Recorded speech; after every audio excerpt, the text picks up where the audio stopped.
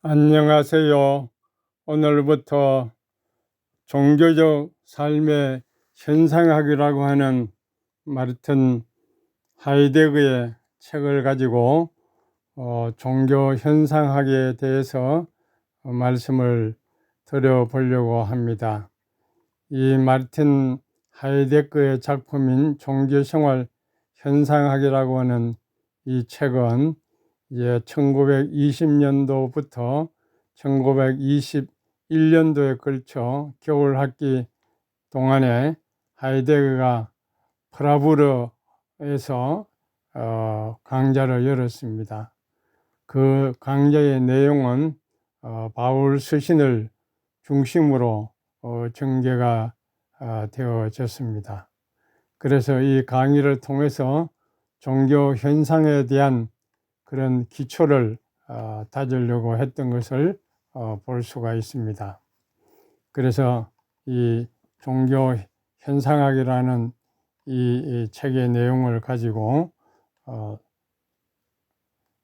하이데거가 어떻게 종교 현상학을 연구했는지를 살펴보려고 합니다. 중요한 것은 이 종교적인 경험을 중요시 했다고 하는 것입니다. 그 종교적인 현상학을 탐구할 때에 단지 이론적인 그런 개념이 아니고 종교라고 하는 것은 개인적인 경험도 중요하다고 하는 사실입니다. 그리고 또 강조한 것은 시간과 존재와의 상호관계 문제였습니다. 종교는 인간의 시간적인 존재라고 하는 것입니다. 그 시간과 시간의 흐름과 더불어서 그 경험을 이해하고 존재를 이해해야 한다고 하는 것입니다. 그래서 종교적인 경험이 시간의 차원을 통해서 개인의 존재를 더 깊이 이해하고 성찰할 수 있다고 하는 것입니다. 인간은 시간적으로 한계가 있는 것이죠. 유한한 인간입니다. 자기의 유한성을 인식할 때에 삶의 의미와 가치를 더 깊게 발견할 수가 있게 되는 것이죠. 그래서 이 책의 내용을 요약을 하면은 주로 이 내용이 사도 바울의 바울 서신, 갈라디아서, 데살로니가 전후서 이 서신서를 중심으로 연구를 했고, 또 어거스틴의 주석, 어거스틴의 고백록, 또 그의 십자가 신학 이런 것을 중심으로 다루었고, 특별히 그 신학적인 내용에 있어서는 신적 능력 대신에 고통과 나약함을 강조하는 신학에 대해서 주석을 하고 있는 것을 볼 수가 있습니다. 이것은 이제 스콜라주의에 대한 루터교의 비판의 기초가 되기도 하는 것입니다. 그래서 그 연구의 내용은 종교 생활에 대한 한마디로 하면 현상학을 말하는 것입니다. 종교 생활이 실제적으로 생명력 있는 살아있는 그런 경험을 통해서 연구를 한다고 하는 것입니다. 그리고 이제 신학적으로 하면 신적 능력 대신에 고통과 나약함을 강조하는 신학입니다. 그래서 어떤 신적인 신앙의 힘보다는 인간의 무능력과 또 죄의 영향력 이런 것들을 강조하는 그런 내용이 되겠습니다. 그래서 이런 신학적인 입장은 사람이 자신의 능력으로 구원을 이룰 수 없다고 생각하고 그 대신 하나님의 은혜와 구원에 의존해야 된다고 주장하는 것입니다. 이런 신학적 입장은 고통과 나약함을 통해서 인간의 한계와 죄의 현실을 인정하고 이를 통해서 하나님의 은혜와 구원의 필요성을 깨달는 것을 목표로 하고 있습니다. 그래서 자기의 능력과 자만심을 버리고 하나님의 은혜와 구원에 의존하는 겸손한 태도를 촉구하고, 이것을 통해서 인간은 신앙을 가지고 깨달은 그런 신앙 경험을 해나갈 수가 있다고 하는 사실입니다. 그래서 하이데거의 이 신학적인 입장은 신적 능력 대신에 고통과 나약함을 강조하는 신학입니다. 하나님의 권능이나 힘이나 지혜, 이런 것에 대한 믿음과 의존도 필요하지만, 이 하이데거는 이런 신적 능력보다 인간의 고통과 나약함, 인간의 한계, 유한성, 이런 것들에 대해서 강조를 하고, 그것을 통해서 인간의 종교적인 경험을 이제 연구하고자 했던 것을 볼 수가 있습니다. 그래서 인간 자기의 그 부정이라든지 또 자기를 파괴한다든지 자기의 태양이라든지 이런 경험을 통해서 인간의 불완전한, 인간의 무능력, 이런 것들을 이제 직면하고, 그래서 인간의 그 근원적인 그런 상태를 파악을 하는 그런 것을 볼 수가 있습니다. 인간의 이런 고통과 나약함을 통해서 인간 자신을 재구성하고 깊은 내면을 성찰할 수가 있다고 하는 것입니다. 그래서 이런 종교적인 깨달음과 존재의 의미에 대한 새로운 이해와 이제 연결을 시킬 수가 있다고 하는 것이죠. 그래서 하이데거의 신학적인 입장에 대한 주석은 이와 같이 고통과 나약함을 경험하는 것을 강조합니다. 그런 종교적인 경험과 깨달음을 통해서 이제 더 깊은 인간의 의미를 추구하고자 했던 것을 알 수가 있습니다. 오늘날 우리 신앙생활에, 종교생활에 이런 것들을 적용을 한다고 하면 어떤 부분을 우리가 말을 할 수가 있겠습니까? 우리 인간의 인간성과 더불어서 인간의 고통과 나약함, 이런 문제들을 가지고 현실을 살펴보면은 이런 인간의 고통에 대해서, 나약함에 대해서 우리는 다른 사람을 이해할 수가 있고 다른 사람과 공감을 하고 또 연대를 해나갈 수 있는 관계를 형성할 수 있을 것입니다.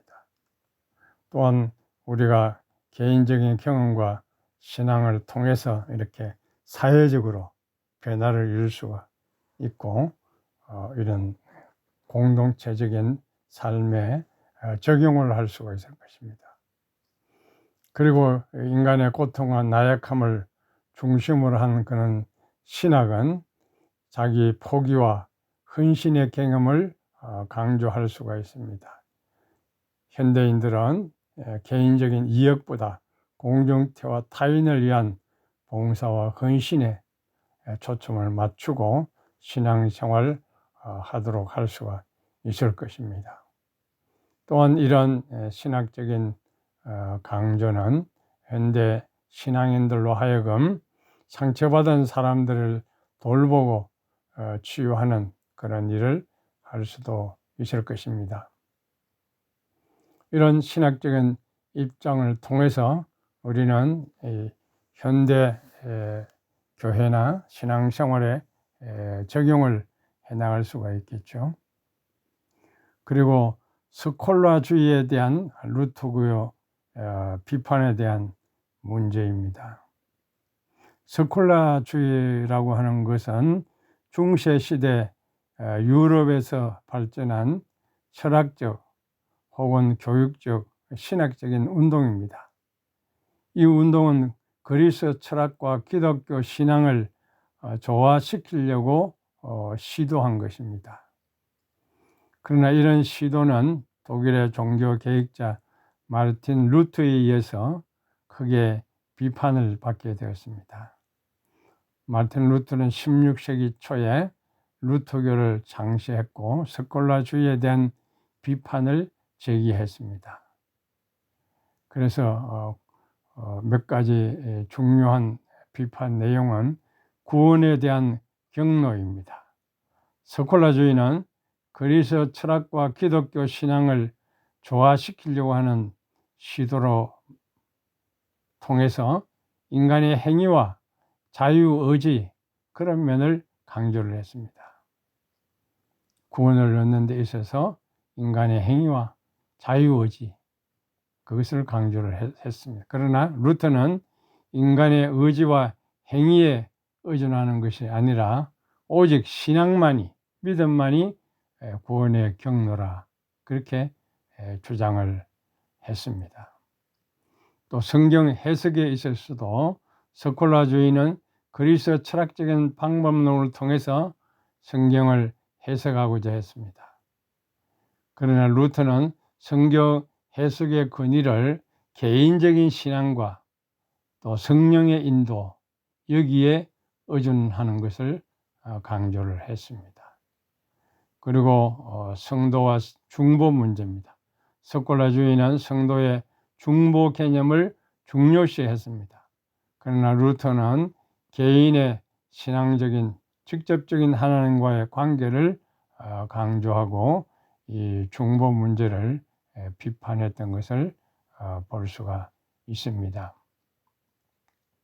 그래서 이런 하이데거의 종교적 삶의 현상학은 이제 결론적으로 말씀을 드리면 그 목표가 바로 종교적 경험을 현상학적으로 이해하고 설명하는 것입니다. 그래서 이 종교 생활이 생명력 있고 살아있고 또 가치 있는 그런 삶이 되고자 했던 것을 알 수가 있습니다. 그래서 이 하이데거의 목표는 종교적 경험을 현상학적으로 이해하고 설명하는 것입니다. 살아있고 생명력 있는 삶의 현상에 가깝게 더 다가가서 살펴보자 했던 것이죠. 그래서 현상학적으로 분석하기 위해서는 경험을 중요하게 생각했습니다. 종교적 이론적인 개념이 아니고 개인의 경험과 관련되어서 연구를 했던 것을 볼 수 있고 이것을 이제 시간과 관련해 가지고 존재와 시간과 상호 깊은 관계 차원에서 또 이해를 하려고 했습니다. 그래서 이를 통해서 인간의 한계와 유한성을 인식하고 더 큰 가치와 또 의미를 발견할 수가 있었다고 하는 사실입니다. 마무리하면서 이 종교 경험을 현상학적으로 이해하려고 하면 어떤 방법을 통해서 할 수가 있는가 하는 것에 대해서 몇 가지로 제안을 하고 있습니다. 현상학적인 탐구는 이제 현상학이라고 하는 것은 사물이나 경험의 본질과 의미를 탐구하는 철학적인 접근 방법이죠. 종교적 삶의 경험을 현상학적으로 이해하기 위해서는 개인의 경험을 중요하게 생각하는 것이죠. 그래서 현상학적인 질문을 통해서 개인의 경험을 자세하게 관찰하고 탐구하고 분석하는 것입니다. 또 이 종교적 삶의 경험은 주로 개인의 내면에서 나오기 때문에 이 현상학적으로 이해하기 위해서는 개인의 내면도 이제 살펴봐야 됩니다. 인간 개인의 심리적인, 정서적인 혹은 영적인 그런 차원에서 탐구를 해 나가야 한다고 하는 것입니다. 그 다음에 종교적 삶의 경험은 개인과 또 외부 세계 또 다른 사람들과의 상호 관련성 통해서 이제 깊이 영향을 미칩니다. 그래서 현상학적으로 이것을 이해하기 위해서는 개인의 경험을 그들과 상호 작용의 맥락에서 분석하고 해석해야 한다는 것입니다. 그 다음에 네 번째는 시간과 존재의 관계를 고찰하는 것입니다. 하이데거는 시간과 존재의 관계를 중요하게 생각했습니다. 종교적 삶의 경험은 시간의 창후가 개인의 종교의 그 깊이와 관련이 있다고 하는 사실을 말해주고 있는 것입니다. 그래서 시간과 존재의 관계를 현상학적으로 탐구하고 종교적 삶의 경험을 이해하려고 했던 것을 알 수가 있습니다. 요약을 하면 종교적 삶의 경험을 현상학적으로 이해하기 위해서는 개인의 경험을 중요하게 생각해야 되고, 또 개인의 그 내면과 또 영적인 면도 살펴보아야 되고, 또 그것이 이제 다른 사람과의 상호 관계성도 찾아봐야 되고, 또 시간과 관계에서도 이해를 해야 한다 하는 것입니다. 이런 현상학적인 접근을 통해서 종교적 삶의 그 경험을 분석하고 그 의미를 탐색하고 이해할 수 있다고 하는 것을 알 수가 있습니다. 오늘은 여기까지 말씀을 드렸습니다. 다음에 또 나누도록 하겠습니다. 감사합니다.